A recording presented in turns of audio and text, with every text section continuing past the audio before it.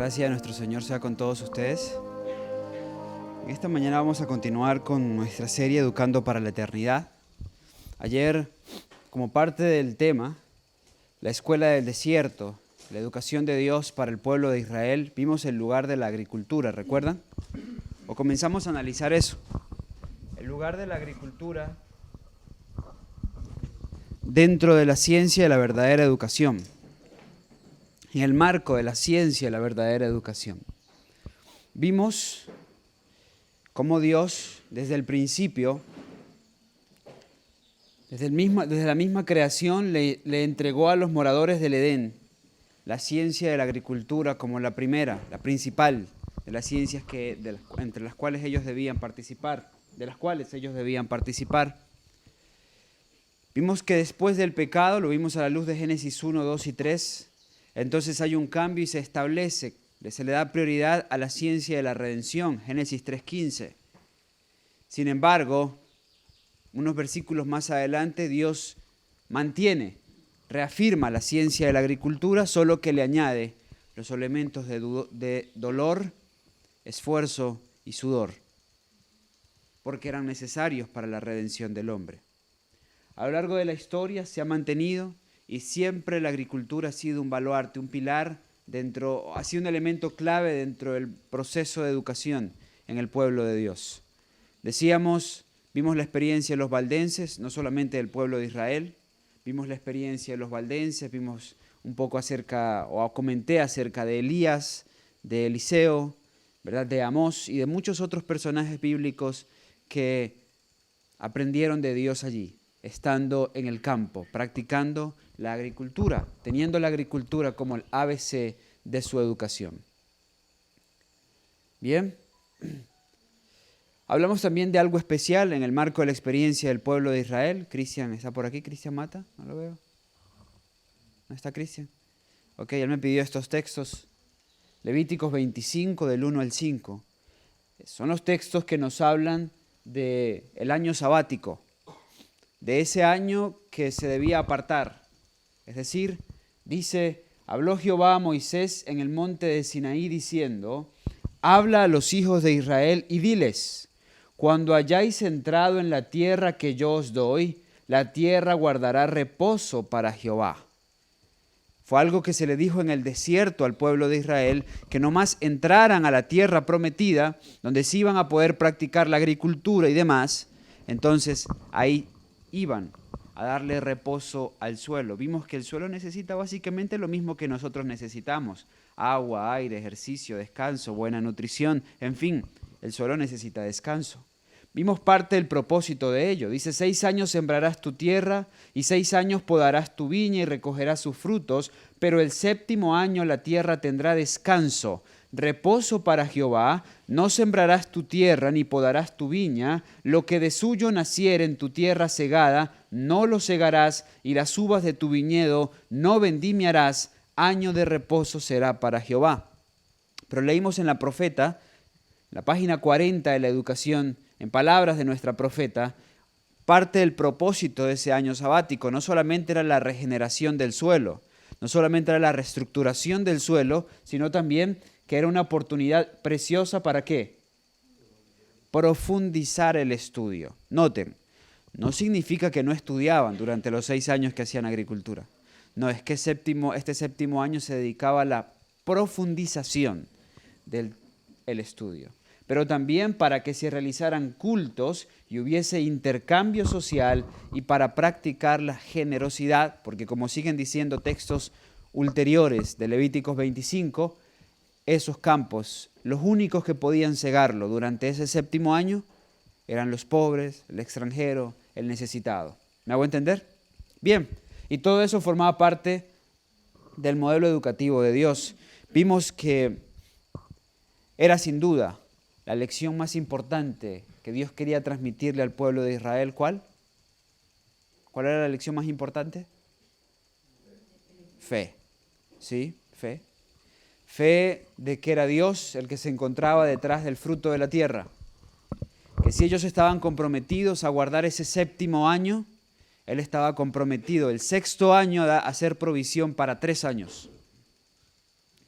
Y a ellos no les fallaba porque Dios, hermanos, Dios no falla.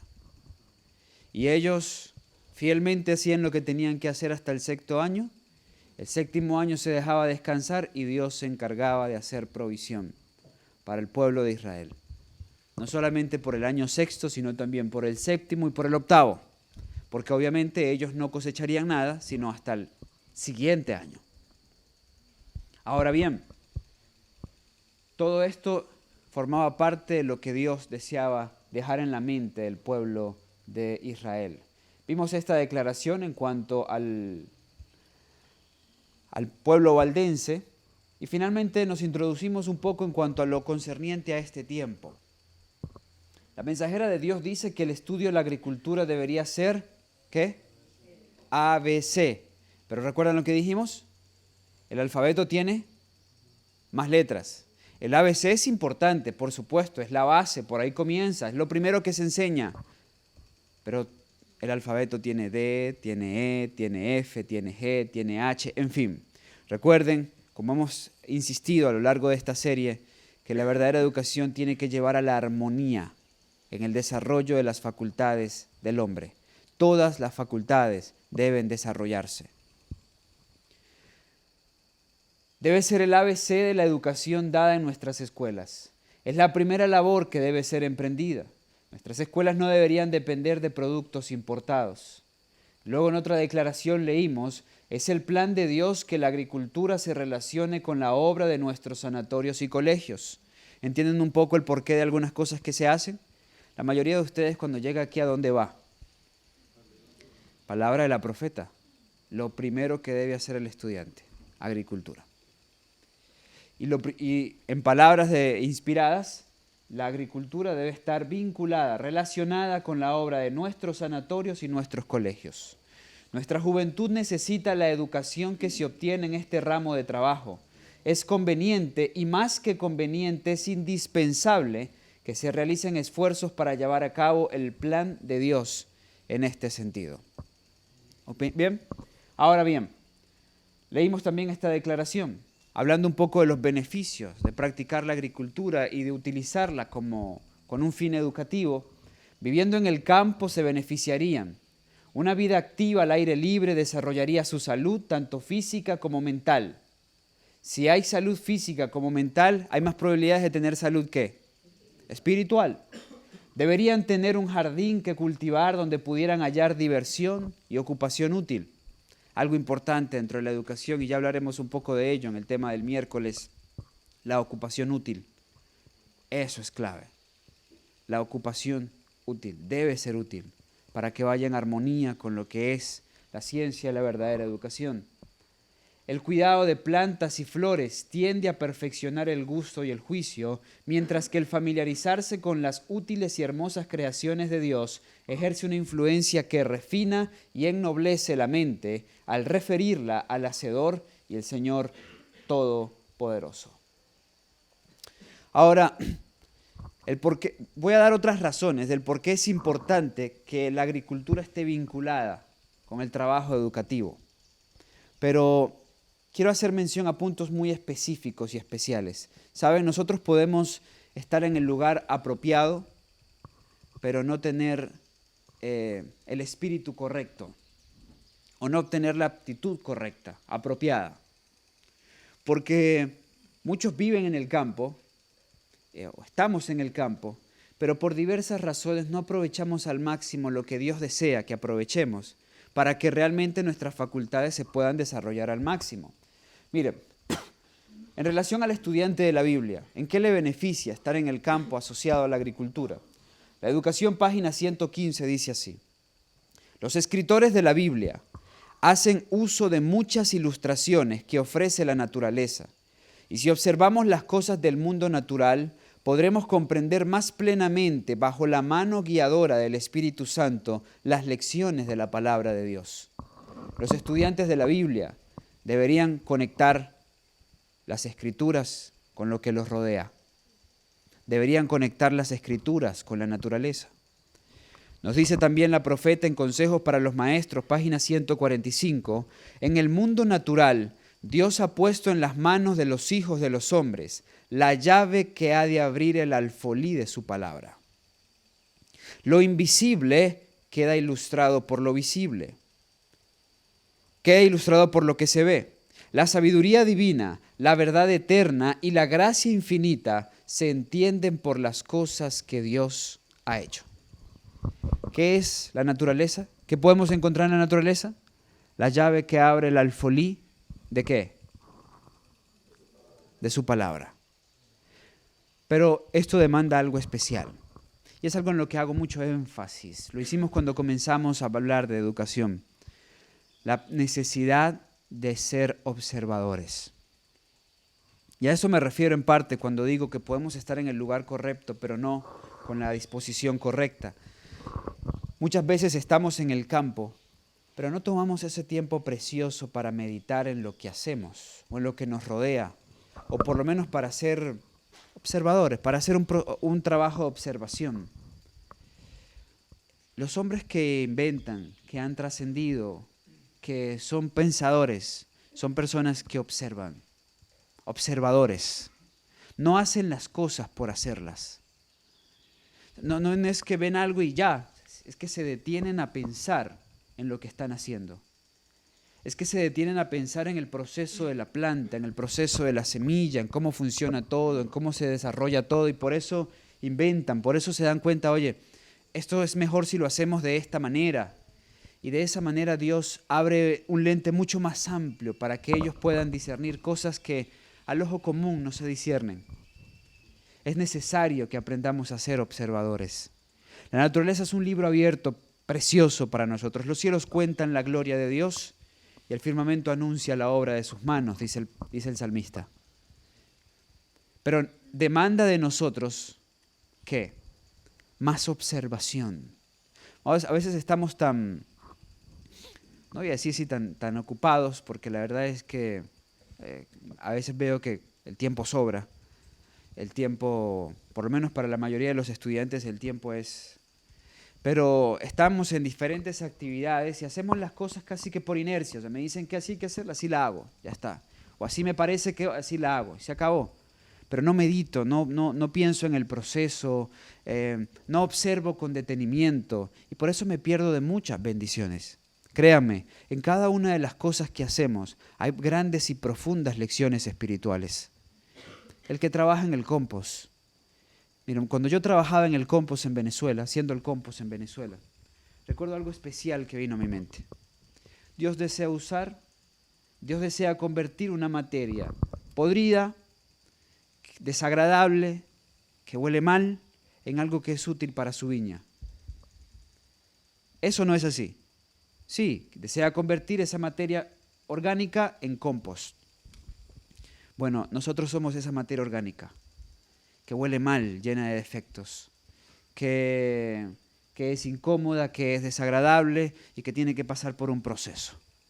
Tiene que pasar por un proceso para finalmente ser útil a la viña de Dios. Hay profundas lecciones que podemos sacar del mundo de la naturaleza y eso se conecta con la palabra. Por eso dice la mensajera de Dios, es la llave que abre el alfolí de su palabra. Pero también es clave para poder enseñar de manera práctica a nuestros hijos y alumnos. Dice Consejos para los Maestros, páginas 109 y 110.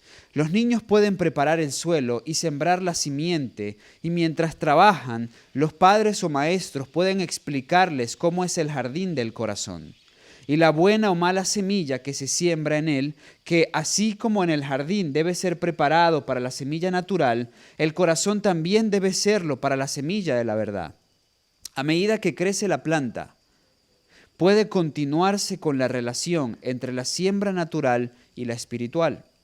Y en la educación, páginas 106, 107, al esparcir la semilla en el suelo, pueden enseñar la lección de la muerte de Cristo y al brotar la hierba, la verdad de la resurrección.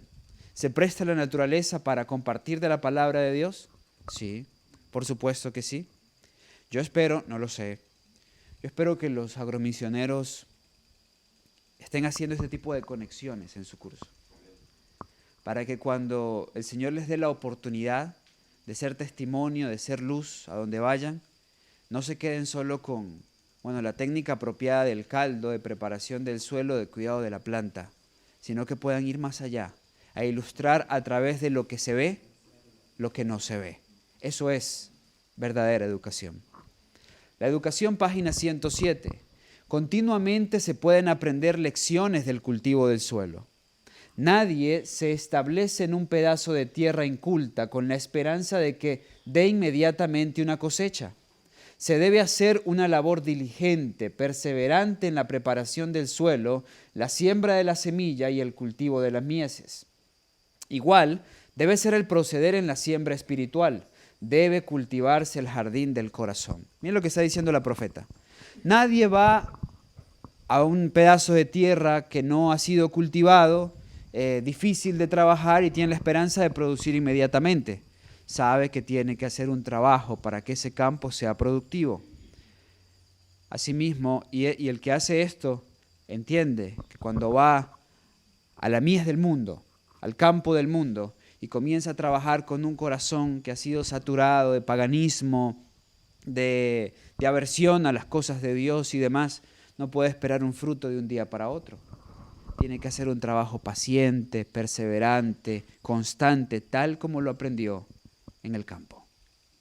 Una vez recuerdo, lo comenté alguna vez, estaba en Venezuela y había un personaje, un hermano que muy querido, falleció, y estábamos haciendo agricultura y él se la pasaba siempre allí en la huerta y yo me acuerdo estaba trabajando y habíamos sembrado un maíz en un espacio de huerta y uno de esos días de la noche seguramente llovió fuerte, mucho viento y se cayeron unas matas y al día siguiente yo llegué y lo primero que hice fue comenzar a levantarlas, a porcarlas, a colocarles tierra para levantarlas y colocarles palos y yo no era muy diestro en lo de agricultura, así que quizás mi método era un poco tosco o poco práctico. Sin embargo, él me miró, recuerdo, y me dejó que yo hiciera pues el trabajo y hasta cierto punto quizás el ridículo, no lo sé, pero estaba haciendo el trabajo y al final él se me acercó y me dijo, mira, te voy a decir algo, creo que debiste haberlo hecho así, así, así, así, así, bueno, me dio las indicaciones, pero hay algo valioso que he visto y por lo cual no quise interrumpirte y es que creo que tienes vocación para trabajar por las personas, porque eso que has hecho por las almas, eso que has hecho por esa planta, creo que es lo mismo que vas a hacer por las almas caídas, por las almas necesitadas. Yo no lo entendía. Yo decía, pero ¿qué tiene que ver eso? Eso es una mata, eso no es una persona. Pero bueno, algo vio él en función de lo que escribe, de lo que ha escrito la profeta, de lo que está revelado, que me dijo, mira, en función de lo que veo aquí, veo otro aspecto de tu vida. Y hubo otro hermano que me decía, yo no tengo que mirar tu cuarto para saber cómo está tu cuarto. Solamente tengo que ver cómo trabajas. Al ver cómo trabajas, sé si tu cuarto está ordenado, si tu casa está ordenada o no. Si eres un desastre trabajando, eres un desastre en tu casa. Eres un desastre en tu mente, eres un desastre en tu relación con Dios. Y son lecciones importantes que obtenemos al estar en contacto con la naturaleza. Sigue diciendo la profeta, la tierra debe ser roturada por el arrepentimiento. Deben sacarse de raíz las malas hierbas que ahogan el grano sembrado, así como se requiere un trabajo diligente para limpiar un campo que se ha llenado de abrojos, solo se pueden vencer las malas tendencias del corazón por medio de esfuerzos fervientes hechos en el nombre y el poder de Cristo. Consejos para los maestros, página 96. Hablad a vuestros hijos del poder que Dios tiene de hacer milagros.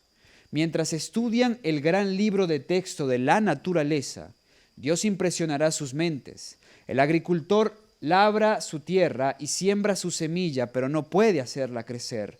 Debe confiar en que Dios hará lo que ningún poder humano puede realizar. Lo más interesante es que la agricultura, entre otras cosas, es una gran herramienta para enseñar confianza y fe. Nosotros damos por sentado la germinación de la semilla. La germinación de la semilla es un milagro de Dios.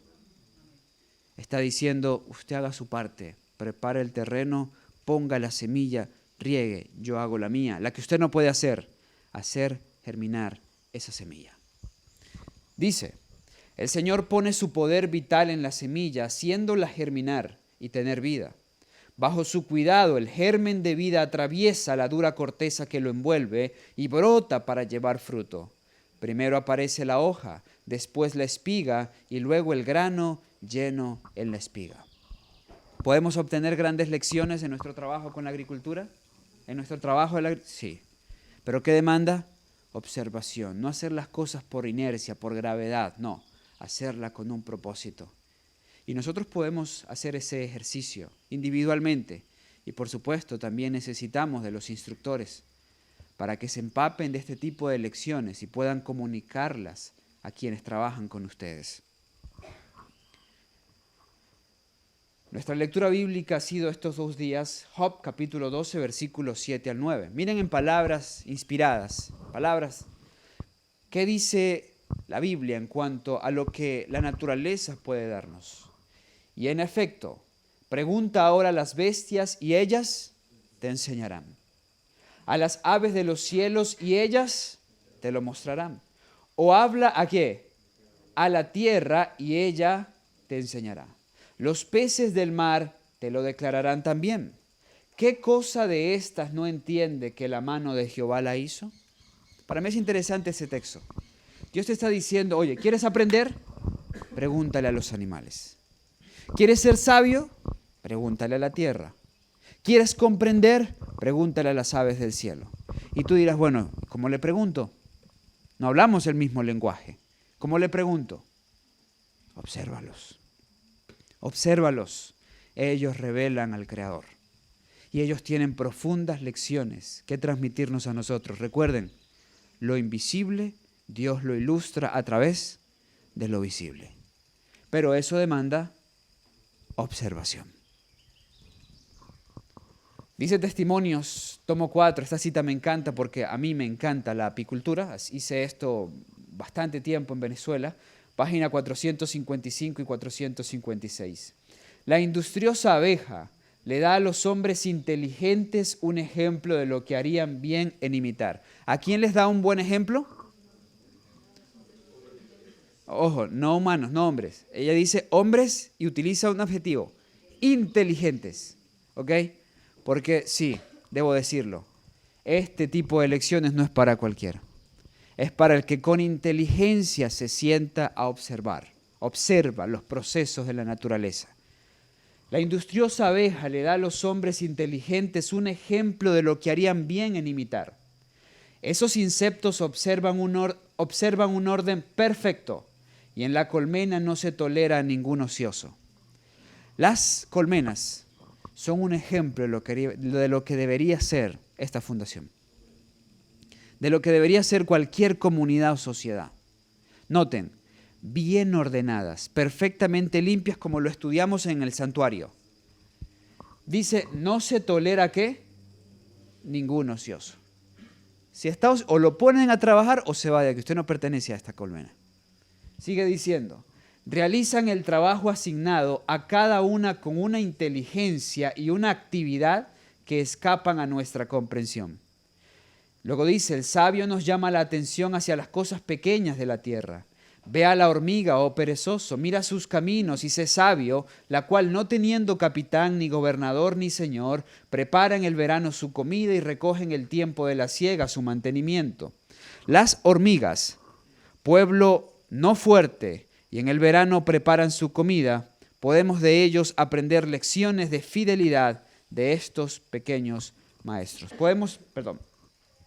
Podemos aprender lecciones de fidelidad de estos pequeños maestros. ¿Tiene la naturaleza cosas que enseñarnos? Sí, pero repito, demanda observación, meditación en lo que vemos, en lo que observamos. Ahora, mientras estamos en la clase de plantas medicinales con los educadores en salud, les decía al comenzar la clase, uno de nuestros más grandes retos es ver la realidad de lo que dice la mensajera de Dios, que en cada hoja de las plantas, en cada flor está escrito, Dios es amor. Lo que ilustra cada planta es el plan de la redención. A través de ese diseño inteligente, lo que ilustra es la benignidad y el propósito salvífico de Dios. Pero eso demanda ejercicios de observación. ejercicios de observación. Por eso es tan importante el desarrollo armonioso de las facultades del hombre. Dice la profeta en la página 41 de la educación: el conocimiento de Dios, la comunión con Él en el estudio y el trabajo, la semejanza a Él en carácter, habían de ser la fuente, el medio y el blanco de la educación de Israel.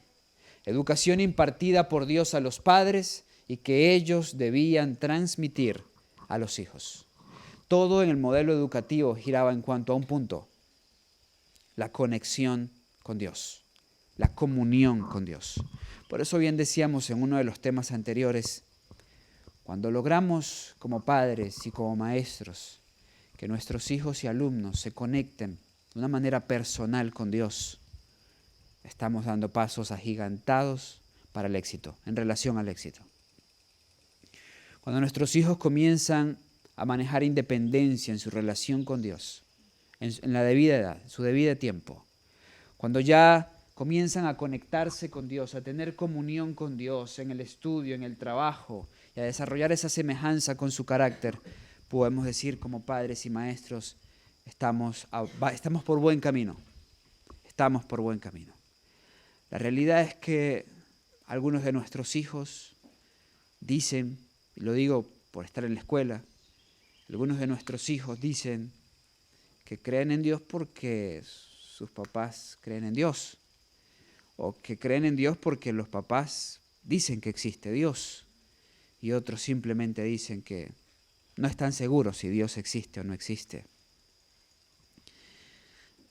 Hay una gran lucha y el enemigo está trabajando por nuestros niños y por nuestros jóvenes, y tenemos una gran preocupación y queremos ser instrumentos en las manos de Dios para que nuestros jóvenes conozcan a Dios. Y lo primero que debemos hacer es revelar nosotros a Dios. Pero en cuanto a la educación, cuando el joven está creciendo en esto, entonces vamos por buen camino.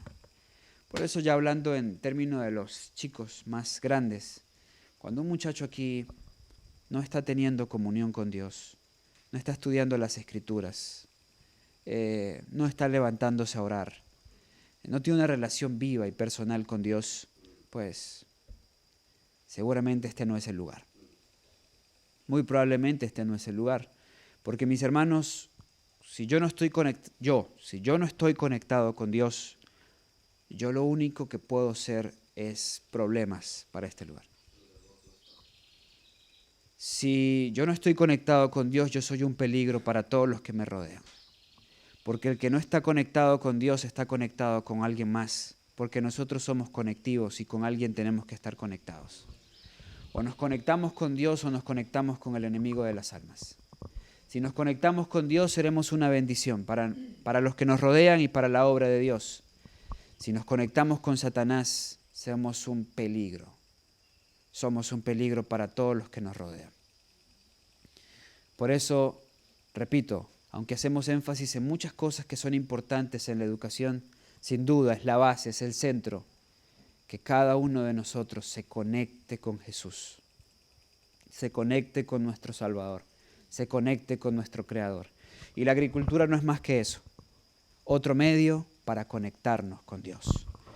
En el marco del tiempo escatológico, en el marco de la escatología, hay personas que ven lo de la salida al campo como algo pues como se ha planteado durante muchos años y como la teología adventista lo presenta aún hoy. Lo del campo es para huir. O sea, aparece la ley y usted corra. No sé, aquí no hay razonamiento de causa-efecto, porque o sea, ¿usted qué va a hacer saliendo con la ley dominical a sembrar maíz y frijoles? Eso no se da de un día para otro. Eso no se da de un día para otro. Pero es porque se ignora el propósito principal de la experiencia en el campo, y es el desarrollo del carácter, la conexión con Dios. Dios nos saca al campo porque aquí es más fácil conectarnos con Dios que en la ciudad. Por eso nos trae al campo. Todo lo demás es añadidura de ese proceso, incluyendo la provisión agrícola, que por supuesto es necesaria y es menester. Pero lo más importante aquí es que cada uno de nosotros esté conectado con Dios. Por eso repito lo que dice la mensajera de Dios el conocimiento de Dios, la comunicación con Él en el estudio y el trabajo, la semejanza a Él en carácter, habían de ser la fuente, el medio y ¿qué más? Y el blanco de la educación de Israel. Y sigue siendo el blanco de nuestro modelo educativo hoy. Debe ser el blanco de nuestro modelo educativo hoy. Que cada joven, que cada niño, que cada padre, que cada miembro de esta comunidad tenga una conexión vital con nuestro Dios. Quisiera leer para ustedes, para concluir, una declaración relevante que va en armonía con lo que vengo diciendo. Lo estudiamos hace unos meses atrás cuando comenzamos a estudiar en cuanto a educación. Y se encuentra en la página 16 del libro de la educación.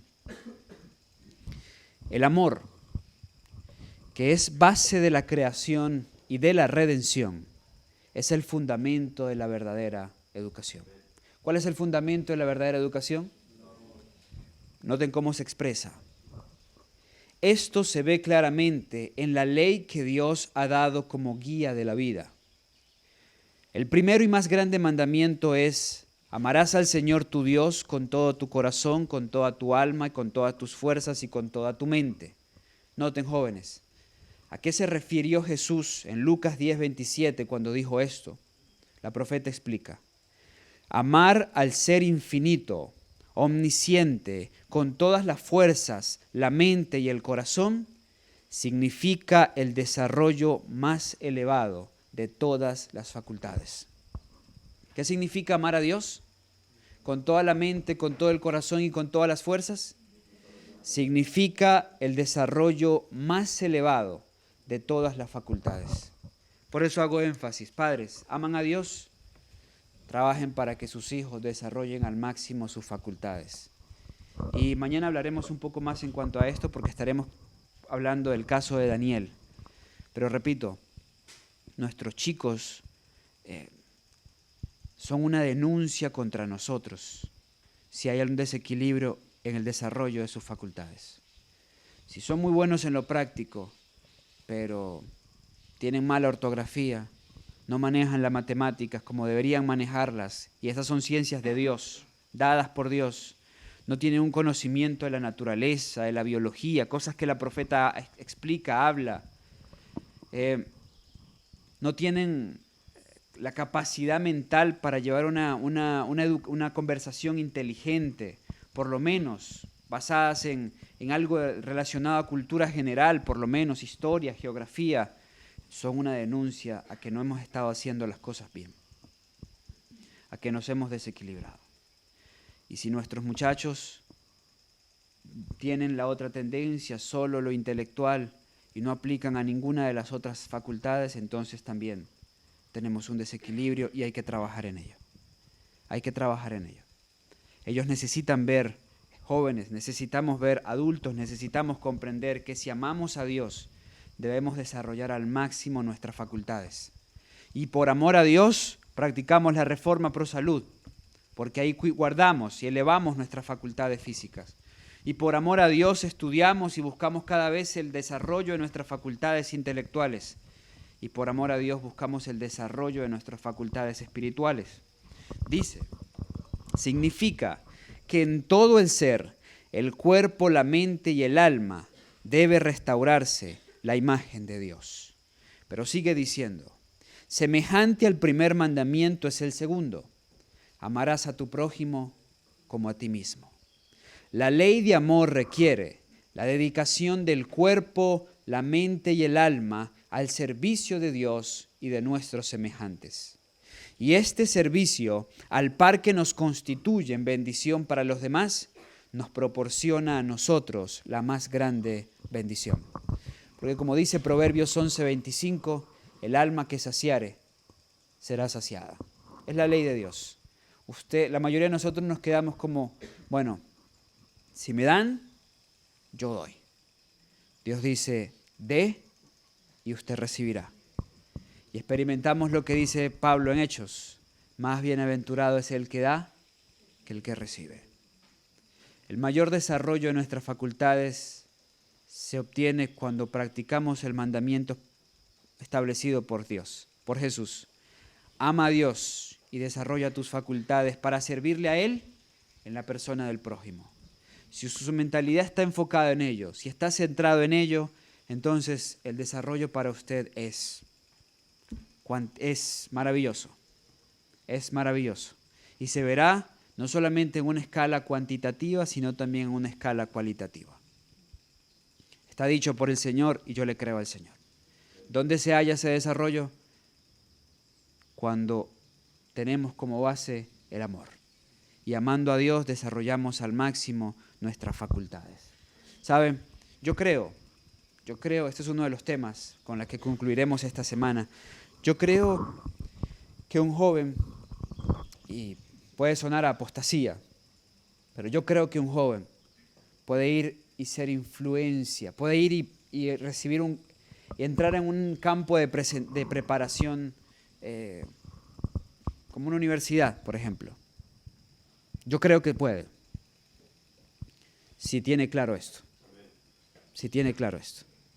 Porque si él va allá, porque su sincero deseo es desarrollar sus facultades para brindar un servicio más amplio a Dios y a los hombres. Y quizás no tanto sus facultades, quizás para obtener unas herramientas que son necesarias en muchos casos para brindar un servicio más amplio a Dios y al semejante, Dios le preserva. Dios le preserva. Si es llamado por Dios a ello, Dios le preserva. Para mí es una bendición al pensar en Johnny o en Arnold, por ejemplo, ahora que se encuentran en la UNAC, y oramos mucho por ellos. Porque sé que aún en ese campo, que es un campus adventista, pues hay tantas cosas. Hay tantas cosas. Yo oro por mi cuñado que está en ese campo también, pero en otro lugar, en otro país. Y él me comenta tantas cosas que ve que solamente alguien que tenga una experiencia personal con Dios puede mantenerse y ser testimonio. Pero Dios está buscando jóvenes que puedan ser eso, que puedan ser influencia, que puedan ser bendición, que puedan por antítesis revelar su plan para tantos que se encuentran descarriados aún dentro del marco del pueblo de Dios. Que Dios les bendiga. Mañana continuaremos estudiando en cuanto a la verdadera educación. Pidámosle a Dios ese amor que necesitamos para que trabajemos con esfuerzo para desarrollar nuestras facultades. Cuando esté haciendo agricultura, no lo vea como una carga, tómelo como una delicia. Aproveche esa experiencia. ¿Por qué? Dios está desarrollando sus facultades físicas. Cuando va a las clases, no lo vea como una carga, véalo como un deleite. Dios está desarrollando sus facultades intelectuales. Y qué pesar a veces que uno ve a los jóvenes y le dice, bueno, nos va a quedar tal tarea y tal asignación, y uno ve la cara del joven y está como que es un deleite, debería alegrarse, estoy aprendiendo, Dios me está dando oportunidades, me está dando herramientas, quiere que yo aprenda. Deberíamos tomarlo con deleite, con gozo, porque si amamos a Dios, para nosotros será un deleite desarrollar al máximo nuestras facultades para servirle mejor y para servir mejor al prójimo. Yo hoy sigo buscando las herramientas y las condiciones más apropiadas para poder brindarle un servicio más elevado a mi Dios, un servicio como Él merece, como es digno de su nombre.